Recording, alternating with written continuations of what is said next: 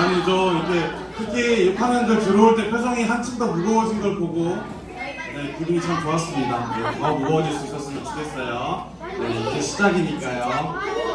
자, 오늘 우리가 함께 나눌 내용의 제목을 한번 같이 읽어볼 거예요. 자, 시작. 마카리오이에 담긴 하나님의 마음. 여러분, 마카리오이가 무슨 뜻일까요? 마카리오이. 힌트는 오늘 5장 3절부터 10절까지 말씀 중에 반복되는 어떤 말이에요. 뭐? 어? 아니. 3절부터 10절까지 동사예요. 동사가 뭔지 몰라요? 그럼 마실 수 없어요. 마카리오이. 여러분, 마카리오이는 오늘 본문에 계속 등장하는 복이 있다라는 뜻이에요. 복이 있으리라, 복이 있다라는 뜻이 마카리오이라는 뜻이에요. 예수님께서 이 말씀을 전하시면서 이런 사람이 복이 있습니다, 이런 사람이 복이 있어요 라고 하신 말씀들을 오늘 우리가 이야기를 알아보면서 하나님이 기뻐하시는 이 천국에 있는 복 있는 사람들이 어떤 모습인지 한번 이야기해 보려고 합니다. 그 시작으로 오늘 우리가 5장 3절을 읽었어요. 여기 뭐라고 적혀있죠? 복이 있나니. 이게 뭐라고요, 여러분? 마카리오이라는 뜻이에요. 헬라어로 마카리오이가 복이 있나니 라는 뜻입니다. 자, 우리 5장 3절 다시 한번 앞에 화면 보면서 같이 읽어보도록 할게요. 자, 시작. 심령이 가난한 자는 복이 있나니 천국이 그들의 것이며. 오늘 우리가 읽은 말씀은 산상보훈, 산상수훈이라고 말하는 이 말씀의 첫 시작이에요. 예수님께서 확실히 학교를 갔다 왔더니 힘이 남아서 그런가 굉장히 집중력이 좋습니다. 고마워요. 자, 오늘 마태복음 5장부터 7장까지 말씀은 이 산상수훈, 산상보훈이라고 하는 말씀이에요.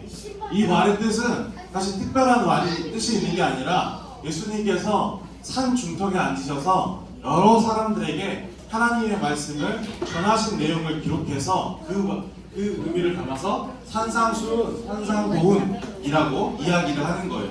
보배로운 가르침이라는 의미로 우리가 알고 있는데, 이 말씀의 전반적인 내용은 어떤 걸 담고 있냐면 천국이 어떤 것인지, 천국이 무엇인지 예수님께서 천국에 대해서 설명하시고 소개하시고 예화를 들어서 이해시켜 주시는 이런 교육적인 내용이 담겨있는 게 마태복음 5장과 7장까지 이어지는 산상수훈의 말씀입니다.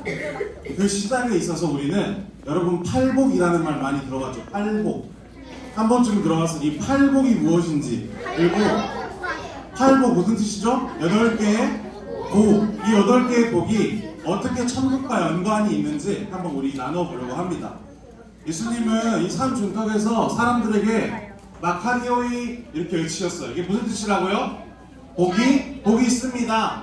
우리가 조금 더 이해하기 쉬운 말로, 여러분, 우리는 이렇게 하면 행복할 수 있어요. 여러분들은 이렇게 할 때 행복할 수 있어요. 마카리오이 이렇게 예수님이 외치시면서 말씀을 나누신 거예요. 이때 수많은 사람들이 예수님 주변에 모여서 예수님의 말씀을 경청하고, 천국이 어떤 곳인지, 내가 어떻게 하면 예수님과 함께하고 또 예수님께서 말해주시는 이 천국에 내가 함께할 수 있는지, 이 말씀을 지금 앉아있는 여러분처럼 아주 귀를 쫑긋 열고 경청하고 있었어요. 예수님께서는 그래서 이렇게 얘기하셨어요. 여러분, 이거 글씨 보여요? 글씨? 안 보입니다. 이게 성경의 말씀을 새한글 성경으로 번역한 말씀인데, 우리 마태복음 5장 3절부터 10절까지의 말씀을 조금 더 이해하기 쉽게 번역해 놓은 말씀이에요. 우리 이 말씀 천천히 한번 같이 읽어볼까요? 자, 보이시죠, 여러분? 자, 시작. 복 있습니다. 영이 가난한 사람들은 하늘나라가 그들의 것이니까요. 복 있습니다. 슬퍼하는 사람들은 그들이 위로를 받을 테니까요. 복 있습니다. 온유한 사람들은 그들이 땅을 물려받을 테니까요. 복 있습니다. 정의에 굶주리고 목마른 사람들은 그들이 배부르게 될 테니까요. 복 있습니다. 불쌍히 여기는 사람들은 그들이 불쌍히 여김을 받을 테니까요. 복 있습니다. 마음이 깨끗한 사람들은 그들이 하나님을 뵙게 될 테니까요. 복 있습니다. 평화를 일구는 사람들은 그들이 하나님의 아들을 딸이라 불릴 테니까요. 복 있습니다. 정의 때문에 박해를 받아온 사람들은 하늘나라가 그들의 것이니까요. 여러분 어때요? 지금 8개의 복 있는 사람 마카리오이의 말이 나왔어요. 예수님은 천국을 이야기하시면서 천국에 있는 사람들, 천국에 함께하는 사람들은 이런 사람들이라고 소개해요. 영이 가난한 사람, 슬퍼하는 사람, 온유한 사람, 정의에 굶주리고 목마른 사람, 불쌍히 여길 수 있는 사람, 마음이 깨끗한 사람, 평화를 일구는 사람, 정의 때문에 박해받아온 사람들. 이 사람들이 하나님이 함께 하시는 천국에 있는 사람들이고, 이 사람들에게 하나님은 가까우게 상급을 주시고 위로를 주신다라는 말씀을 이야기하고 있어요. 우리 한번 이 내용을 조금 더 구체적으로 이야기하면서 오늘은 어떤 특별한 이야기를 한다기보다 팔복의 내용, 8가지 복들을 우리가 조금 더 구체적으로 이해해보는 시간을 가져보려고 합니다. 글씨가 좀 작죠? 글씨가 좀 작긴 한데 전사님이 하나하나 좀 꼬박꼬박 읽으면서 전사님이 잘 설명을 한번 해볼게요. 자, 왼쪽에 제일 위에 빨간색 주머니는 우리 첫 번째 말씀인 마음이 가난한 사람이에요. 예수님께서 마음이 가난한 사람, 심령이 가난한 사람은 복이 있다라고 이야기하신 사람이에요. 여러분, 마음이 가난하다. 여러분들은 어떤 생각이 먼저 드세요? 마음이 가난하다, 심령이 가난하다. 어떤 의미일까요? 마음이 가난한 사람은 어떤 사람이냐면, 예수님께서는 어떤 사람을 보면서 마음이 가난한 사람이다 라고 설명하셨냐면, 예수님을, 하나님을 전적으로 의지할 수 있는 사람을 마음이 가난한 사람이다 라고 이야기를 했어요. 여러분, 우리 한번 생각해 볼까요? 마음이 부자예요. 마음이 가득 찼어요. 그러면 이 마음에 더 담을 수 있는 게 있을까요? 마음에 내가 무언가 담을 수 없을 만큼, 더 이상 어떤 걸 넣을 수 없을 만큼 마음이 가난하지 않고 부자고 충만한 사람이라면 예수님을 따라가고 예수님을 마음속에 모실 수 있을까요? 아마 어려울 거예요. 왜냐하면 내 마음속에 내가 바라는 것들이 더 크고, 내가 소망하는 것들이 더 가득 차고, 나를 이끌어가는 것들이 마음속에 가득 차면 예수님을 바라볼 수 없는데, 이 마음이 가난한 사람들, 마음의 채워짐이 필요하고, 또 누군가의 위로가 필요하고, 누군가의 사랑이 필요한 사람들을 예수님은 복이 있다라고 이야기해요. 그런데 단순히 마음이 이렇게 허전하고 비어있는 사람들을 말하는 게 아니라 이걸 생각해야 돼요. 이 자리에 예수님의 말씀을 듣기 위해서, 산상수훈의 말씀을 듣기 위해 이 산 중턱에 모여있는 사람들에게 예수님은 지금 당신의 마음이 가난해서 이 자리에 나왔고 말씀을 듣기 위해 당신이 나온 이 가난한 마음이 복이 있습니다 라고 이야기해 주셨던 거예요. 내가 마음이 가난하고 내 마음이 허전할 때 그곳을 말씀으로 채우려고 하는 당신은 복이 있습니다 라고 이야기를 해주셨던 거죠. 자, 두 번째는, 여러분 캐릭터가 좀 보이나요? 두 번째 주황색 주머니는 슬퍼하는 사람이에요. 슬퍼하는 사람은 어떤 사람이냐면, 단순히 오늘 학교 갔다가 담배좀 받았는데 선생님이 너무 무서워, 나 그래서 슬퍼, 이런 슬픈 게 아니라, 여기서 말하는 슬픈 건 바로 죄를 슬퍼하는 마음이에요. 죄를 슬퍼해서 내가 이 죄를 슬퍼하기 때문에 하나님께 이 죄를 가지고 나아가서, 하나님 제가 잘못했어요. 하나님 저는 오늘 이런 죄를 지었어요. 하나님 제가 하나님 앞에 신실하게 살고 싶은데 오늘도 제가 이런 죄를 지어서 너무 슬퍼요, 힘들어요 라고 하나님께 회개하며 고백할 수 있는 이런 슬픔을 가진 사람을 예수님께서 복이 있다 라고 이야기하신 거예요. 그래서 우리가 이런 복, 이런 슬픔을 가지고 살아갈 때 하나님은 이 슬픔에 내가 위로를 하겠다 라고 이야기를 해주셨던 거죠. 마음이 가난한 사람, 애통하는 사람, 슬퍼하는 사람. 자, 2개 알아봤습니다. 세 번째는 여러분 온유한 사람이라고 합니다. 온유 많이 들어보지 않았어요? 온유? 친구들 이름 중에도 많이 있고, 또 유명한 연예인들도 온유라는 이름이 있고. 그렇다면 이 온유는 무슨 뜻일까요? 여러분 온유 무슨 뜻일 것 같아요? 몰라요? 맞아요. 네. 힘들어요. 온유 알기 쉽지 않아요. 온유는 온유예요. 온유? 온유는 온유죠.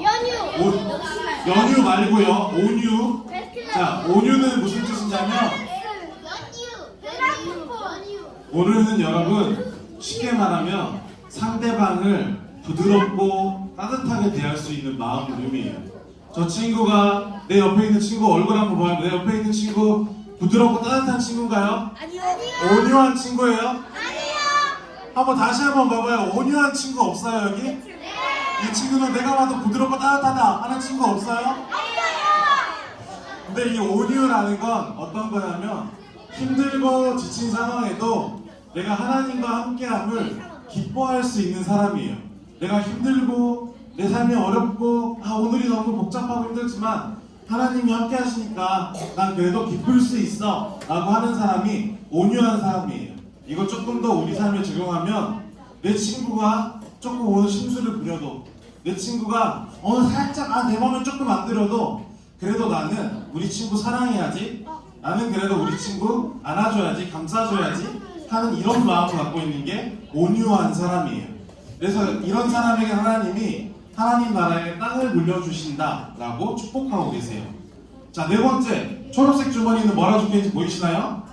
의에 줄이고 목마른 사람이라고 기록되어 있어요. 여기서 의, 우리 예비 시간에 몇 번 이야기했는데 옷의 말고 정의, 정의로움을 이야기해요. 하나님의 의.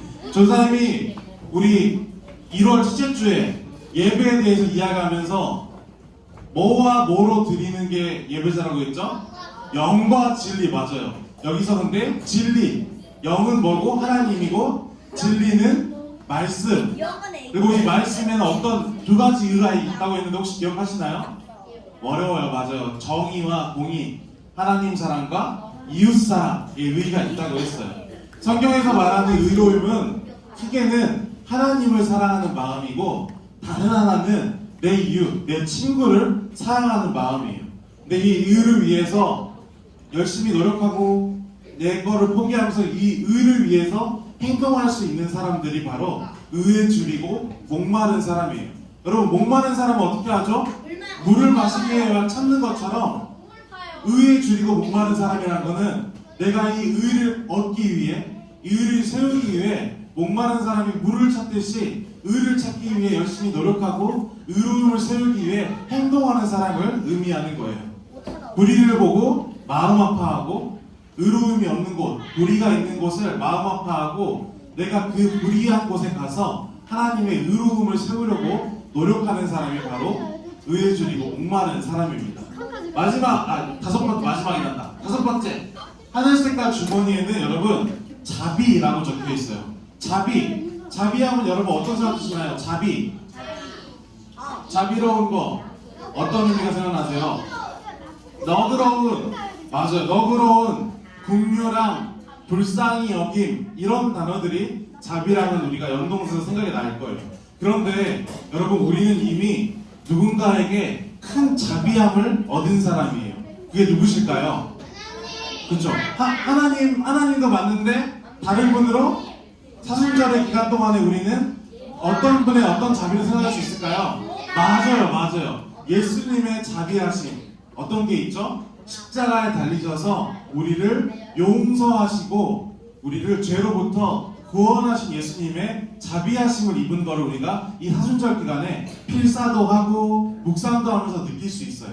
그런데 예수님께서 자비한 사람이 복이 있다라는 건 쉽게 말하면 내가 하나님께 용서함을 입은 것처럼 오늘 내 옆에 있는 친구를 용서하고 사랑하고 나도 누군가를 예수님처럼 용서할 수 있는 사람이 자비로운 사람이다 라고 이야기를 하고 계세요.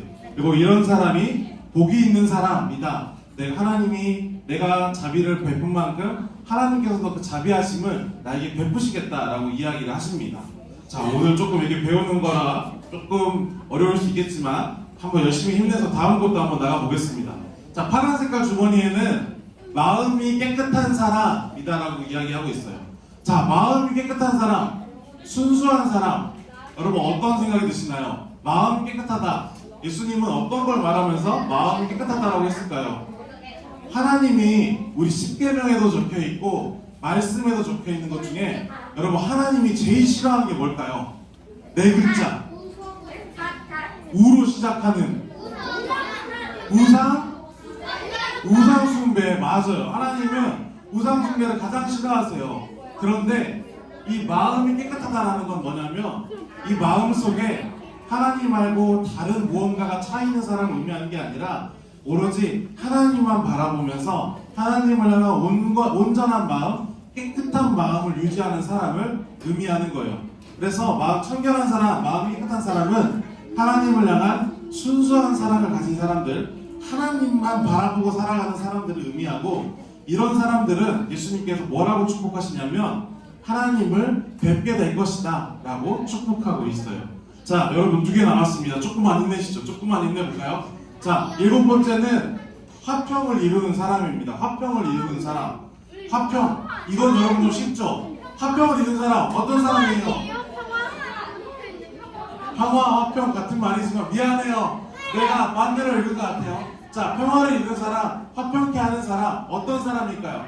어떤 이미지가 떠오르세요? 자, 예시입니다. 예시. 공과를 하러 올라갔어요. 공과를 하러 갔는데 선생님이 공과를 진행하려고 하는데 필수 안 했대요. 필수 안 했대요. 이러면서 떠든대요. 화평케 이루는 사람인가요? 네. 아니요. 내라고 하면 안 되죠. 필수 안 했대요. 막 이러고 오늘 뭐 집중 안 한대요. 못생겼대요. 이런 사람이 화평케 하는 사람일까요? 네. 아니에요, 여러분. 화평케 하는 사람은 필수 안 한 친구도 사랑할 수 있게, 조금 헤매는 친구도 내가 앞에서 도와줘서, 그리고 목말라 하는 친구가 있으면 물도 떠다주고, 위로가 필요한 친구 있으면 친구야 오늘 무슨 일 있어? 라고 하면서 우리가 함께 있는 곳에 하나님의 사랑, 평화를 이루는 사람들이 화평케 하는 사람들입니다. 자, 마지막 뭐라 적혀있죠? 보라 색깔? 의를 위하여 박해받는 사람. 박테리아 아니고요, 박해입니다. 자, 의를 위해 박해받는 사람들은 표현된 그대로예요. 여러분, 아까 전사님이 이 의가 뭐라고 했죠? 누구 사랑이라고요? 하나님을 사랑하기 위해서, 내 이웃을 사랑하기 위해서 나 스스로 손해볼 수 있거나 내가 힘들거나 내가 빚지는 상황이 있음에도 불구하고 하나님을 사랑하기 위해, 내 친구를 사랑하기 위해 이런 상황을 무서워하지 않고 두려워하지 않고 감내하는 사람들을 의미해요. 의를 위해 때로는 박해, 누군가 질타를 하고 야, 너 왜 그렇게 행동해? 너 그거 하지마 라고 하더라도 하나님을 사랑하기 위해서, 내 친구를 사랑하기 위해서 그 박해를 받는 것을 두려워하지 않는 사람들을 의미를 해요. 그리고 하나님은 그런 사람들에게 천국을 허락하신다 라고 이야기를 하고 있어요. 자, 우리 이름만 읽어볼까요? 첫 번째 뭐라고요?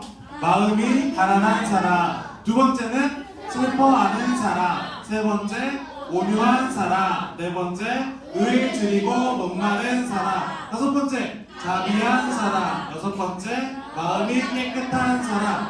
일곱 번째 여덟 번째 의를 위하여 박해받는 사람. 예수님은 천국을 이야기하면서 이런 사람들이 천국에 함께하고 천국에 있을 수 있다, 하나님이 천국을 허락하신다 라고 이야기를 하신 거예요.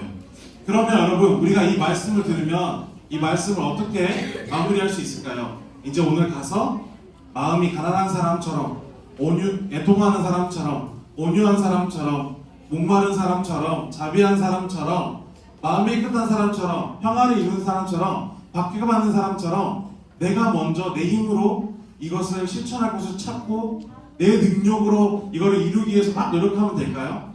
사실은 오늘이 우리 말씀을 적용하기 위해서 더 중요한 게 있습니다. 이 말씀을 기억하는 것도 중요한데, 디모데전서 1장 12절에는 여러분 이런 말이 있어요.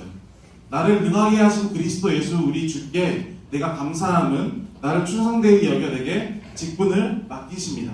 이 말은 뭐냐면, 사도 바울이 이 바울의 제자라고 할 수 있는 디모데라는 또 다른 목회자에게 이 디모데의 어려움을 두고 위로하는 편지를 보낸 편지의 내용 중에 일부인데, 나는 이런 얘기예요. 바울이, 디모데야, 내가 이렇게 선교도 다니고 여러 교회도 세우고 수많은 하나님의 일을 할 수 있었던 이유가 뭐냐면 하면서 이 말씀을 소개하신 거예요.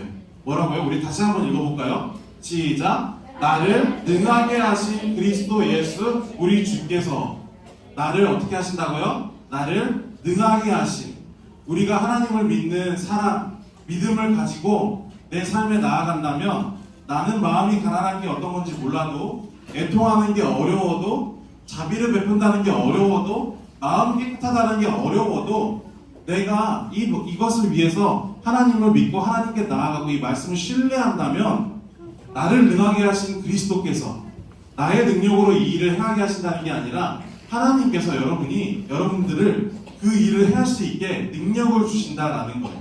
마음이 가난한 게 뭔지 모를지라도 내가 하나님을 믿고 이 마음의 가난함을 묵상하고 말씀을 내 마음속에 갖고 있는다면 마음이 가난할 수 있는 능력을 하나님께서 우리에게 주시고, 화평케 하고 온유하게 하고 누군가를 위해 눈물을 흘리고 자비할 수 있는 마음을 내가 마음속에 품는 믿음만 갖는다면 그 능력은 그리스도께서 주신다라고 바울은 고백을 하는 거예요. 그래서 내가 감사함은 나를 충성되이 여겨 내게 직분을 맡기심이니, 하나님께서 주신 능력으로 나는 살아갈 때 그 말씀에 해당하는 모습으로, 또 내가 감당할 수 있는 모습으로 하나님께서 우리를 이끄신다라는 이야기예요. 물론 이 8개의 복, 우리 삶에 굉장히 중요해요. 저는 여러분들이 이 복을 실천하고 살아갈 수 있었으면 좋겠어요. 그런데 그 전에 나의 힘으로, 나의 능력으로 이 복을 얻으려는 마음보다는 내가 이 마음을 믿음이라는 모습으로 마음속에 간직하고, 하나님, 제가 이 모습으로 살아갈 수 있는 힘과 능력을 주세요 라고 고백할 수 있는 친구들의 모습이 됐으면 좋겠어요. 그렇게 믿음으로 하나님께 고백할 때 나에게 능력 주시는, 나를 능하게 하시는 그리스도께서 여러분들을 그런 삶의 자리로 인도하실 거라고 믿습니다. 우리 8가지 복을 누리는 비결 2가지 한 막소리를 읽어보고 마무리할까요? 자, 시작! 첫째, 예수 그리스도를 구주로 믿는 것. 둘째, 하나님을 의지해 살아가는 것. 팔복을 기억할 때 여러분 이 모습도 꼭 기억해서 여러분의 삶 가운데 이 팔복의 복을 누리시고 또 이루어 가실 수 있는 우리 친구들의 하루하루 되었으면 좋겠습니다. 우리 말씀을 기억하고 주사님 잠깐 기도하고 마무리하도록 하겠습니다. 하나님 감사합니다. 오늘 좀 길고 어려울 수 있지만 팔복이라는 말씀을 우리 친구들과 함께 나누었습니다. 우리 친구들 조금 어렵고 지치고 힘든 시간에도 불구하고 주님, 오늘 이 팔복의 말씀을 기억하고 오늘 말씀을 듣게 되었으니 주님, 우리 친구들이 삶의 자리로 돌아가서 주님의 나라에 함께하기 위해 이 팔복을 실천하며 나의 삶의 모습에서 팔복의 모습들을 이루어가며 살아갈 수 있는 우리 친구들이 되게 하여 주시고, 그 이루어짐 이전에 우리 친구들이 말씀을 가지고 믿음이란 이름으로 주님께 나아감으로 주님께서 주신 능력을 통하여서 이 복된 모습들을 이루어갈 수 있는 우리 친구들의 모습이 되게 주님 동행하고 인도하여 주시옵소서. 그렇게 하여 주시고 믿고 감사드리며 우리를 사랑하시는, 끝까지 사랑하시는 예수님의 이름으로 기도드립니다. 아멘.